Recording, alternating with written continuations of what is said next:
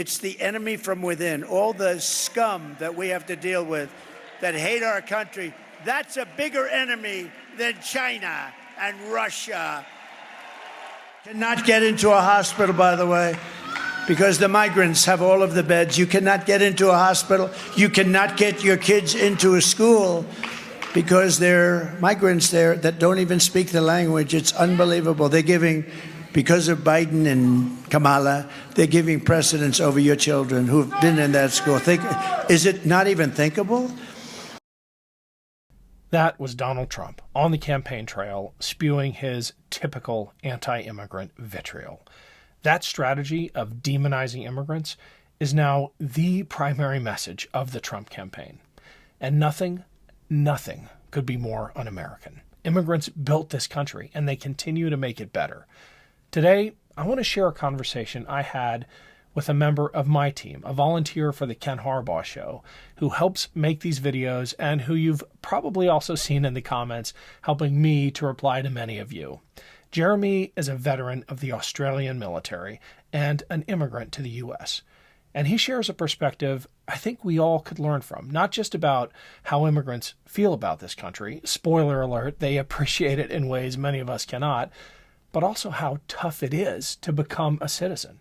I'll let Jeremy speak for himself. Thanks, as always, for your support for this show. And if you've got a minute, leave Jeremy a note in the comments. Thanks. I'm talking to Jeremy Ricketts today, who I really wanted on the show to introduce to this audience. Jeremy is our content moderator, so you may see him in the comments of these videos. But Jeremy is also an immigrant to the United States. And I hate to put you on the spot, Jeremy, but immigration seems to be the go-to issue for the Trump-Vance campaign in the closing days of this election. And it's because it's the issue that is most successful for them in generating fear and hate and resentment. Before we get into like the policy stuff, can you just share with this audience what you shared with me about that encounter you had in just a regular bar in LA? Yeah, sure, Ken. It was a Thursday, went down with a few mates to watch Thursday night football, as you do, and have a quiet beer. And one of the guys that I knew introduced me to one of his friends, and we're both all in the same industry. And obviously, I'm waiting for some work, and so was his other guy. And he said, "Are you an American citizen?" And I said, "No, I'm a green card holder." And he said, "What, you've come here to steal my job?" And so I went, okay, put my beer down, paid for my beer, and decided to walk home. And I thought about it when I was walking home, that the hatred is so ingrained that I'm feeling for anyone that, why do I have to be a citizen? And the hurdles to become a citizen, I don't think a lot of Americans understand that you don't just become a citizen when you apply to become a green card holder. There's a whole process, and it can take up to 10 years to become a citizen. But as a lawful resident, pays taxes, green card holder, did all the right things, I was very taken back by it. And I was actually shocked. And for me, just a regular guy. Well, let me add one other thing to that. You're a lawful green card holder, you're paying taxes. You're also a military vet who served in a country's military that is one of the closest partners of the American military. Australia and New Zealand and the UK served side by side with the US, honestly, during some of our darkest moments in Afghanistan and Iraq. I mean, it's got to hit especially hard when you think about the sacrifices you and your home country made when America needed your help. Yeah, definitely. That sank in a little bit later on about, I was even stationed at Schofield Barracks in Hawaii, Really? So I was even based in the United States. But it did hurt that, even as a law-abiding citizen and law-abiding citizen green card holders, we are here not only legally, but at any time as a green card holder, if you become a major felon, you can be kicked out. So green card holders are law-abiding, walking on eggshells, paying our taxes, doing everything right and wrong.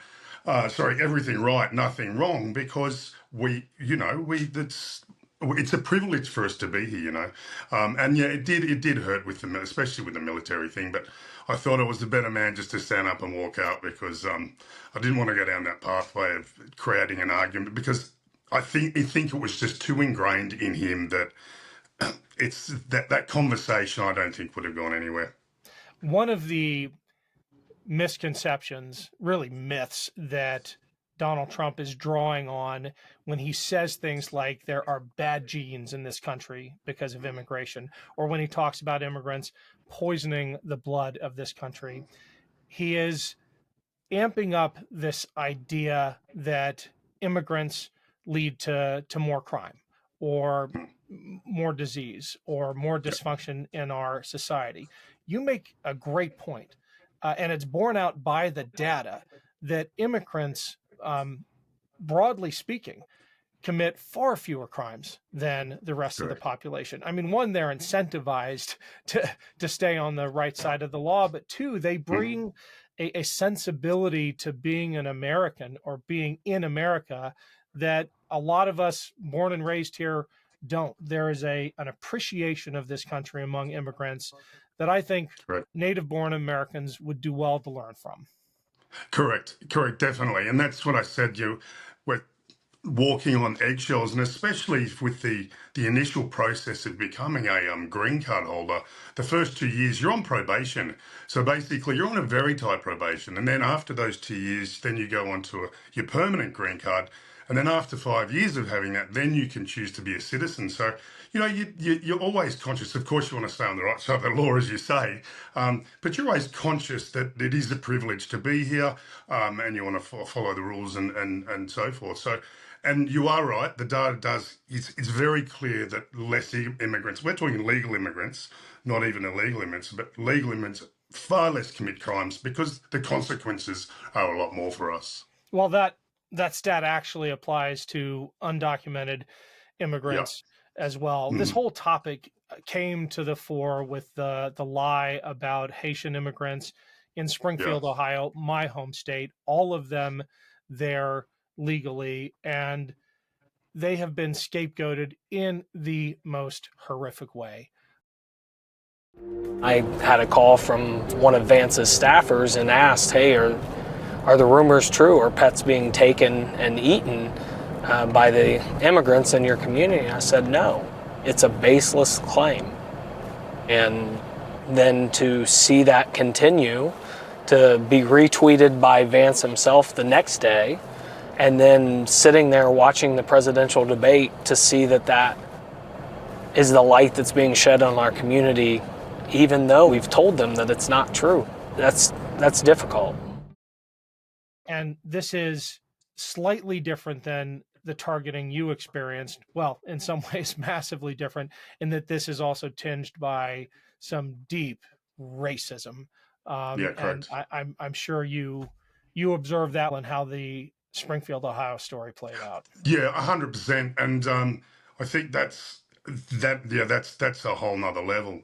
But you can see how that small incident with me is filtering down into and expanding out that everyone that's not a US citizen is, my dog's fine. Let me tell you, my dog is all right. It's that crazy that it's that repetitive nonsense that's just it's filtering down, and in a bar in downtown Burbank, it's the last place you'd expect to hear that sort of rhetoric.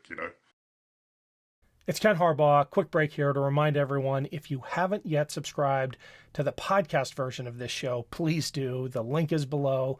And don't forget to rate and review. It makes a huge difference in how the algorithm ranks shows. Thanks for the support. Well, that's why I wanted to talk to you, because I think too often we comfort ourselves with this idea that, look, it could never happen to us. The Haitian immigrant population in Springfield is a world away from where I am. But when you begin separating Americans into us and them, when you evolve a politics of identity and hate and outside and inside groups, it doesn't stop. It doesn't stop with Haitians in Springfield. It spreads No. and spreads and spreads. And to have someone on this team be a direct victim of that kind of hate, I wanted to get you on to share your story Yeah. with this audience. Yeah, no, I'm glad to tell the story. That's why as soon as I got home, I forwarded you an email and said I can't believe that I've been targeted like that.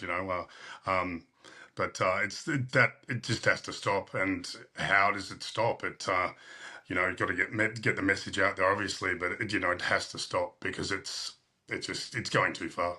Yeah.